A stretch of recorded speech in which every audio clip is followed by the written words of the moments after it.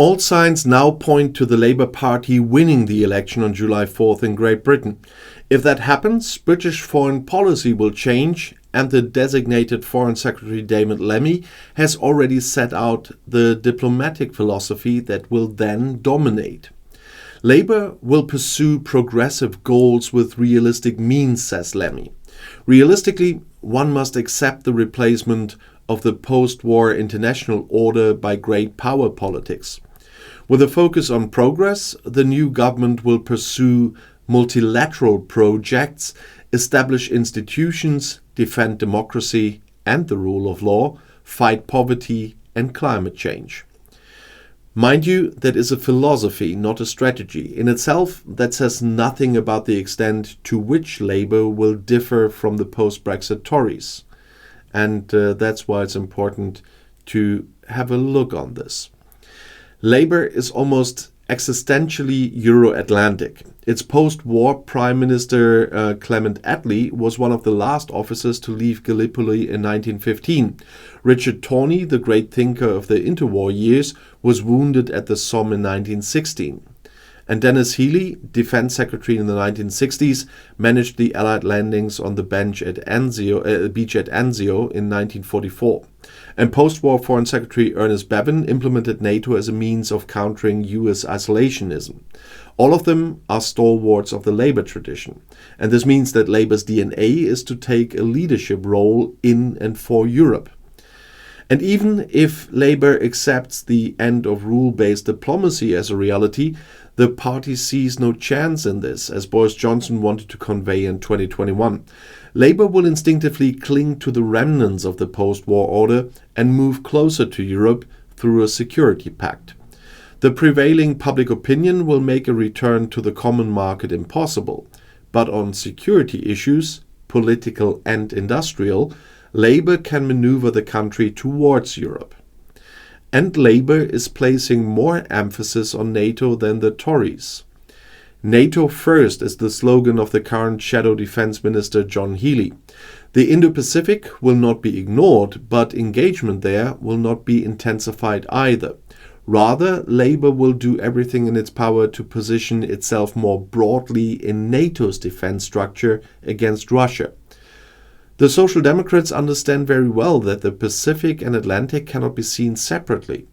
North Korean shells are falling over Ukraine. South Korea is equipping continental NATO armies.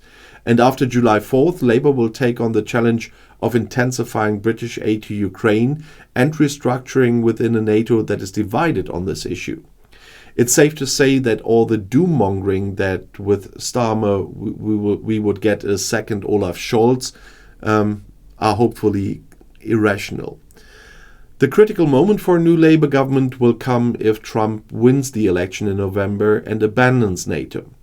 At that point, Britain will have to take a leading position at the European level, Brexit notwithstanding. While Tory Prime Minister Rishi Sunak committed an unheard-of diplomatic faux pas by leaving the D-Day celebrations early, Starmer and Lammy have worked day and night to secure an invitation to Normandy. In Labour's logic, D-Day made possible the world we fought for, and Labour is confident that there is enough of that world left to make it worth continuing to fight for alongside its European allies.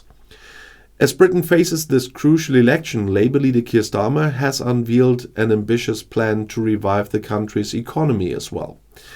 Against the backdrop of the Tories' disintegration, Starmer's proposals focus on avoiding massive tax increases while looking for innovative ways to generate the investment needed to grow the economy.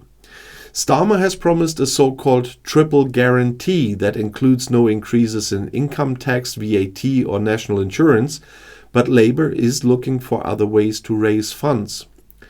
The party intends to reform local tax rates, which would lead to a shift in wealth from the English South to the rest of the UK.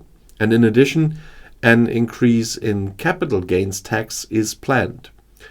Rachel Reeves, the Shadow Chancellor, is looking at ways to get Britain the investment it needs without placing too heavy a tax burden on working people. During her May lecture in March, she stressed that significant organizational changes and innovative financing mechanisms are needed. One of the key proposals is to make the UK Infrastructure Bank's £10 billion state guarantee available to private companies investing in infrastructure. This approach is designed to finance Labour's major investment projects without increasing national debt. Another key proposal is to change the Bank of England's rules to reduce the interest it pays on the significant amounts of money created over the past 15 years as part of the quantitative easing. Currently, this rate is 5.25%, and Reeves argues that adjusting this rate could free up around £23 billion annually, giving the economy a significant boost. But the move faces opposition from the bank's current governor, Andrew Bailey, and could require a change in leadership at the Bank of England. Starmer's plans also touch on Britain's relationship with the European Union. While breaking promises not to return to the EU would be politically risky, there is potential for new trading arrangements. Labour is exploring the possibility of a more flexible and beneficial relationship with the EU, which could improve Britain's economic prospects. The notion of a closer relationship with the EU is gaining traction, particularly as the EU grapples with enlargement and internal challenges. A more flexible, less monolithic EU of concentric or interlocking circles could offer the UK opportunity to trade profitably without having to fully rejoin the Union. But this is all hypothetical. But Labour faces a potentially leaderless Tory opposition mired in internal debates over its future, because the leadership battles within the Conservative Party could shape the political landscape, with potential clashes between figures such as Suella Braverman and Kemi Badenoch over the direction of the party. If Labour wins a clear majority, it will have a period of huge political space to implement its plans. This opportunity could allow for bold reforms and a reshaping of the UK's economic and political landscape. But effectively implementing those plans will be crucial to Starmer's success. Keir Starmer's Labour Party is positioning itself as a force for change, promising economic reforms and innovative financing solutions without massive tax increases, as I said. And the party's proposals, which include leveraging the UK's infrastructure bank and adjusting Bank of England policy, are aimed at boosting investment and growth. And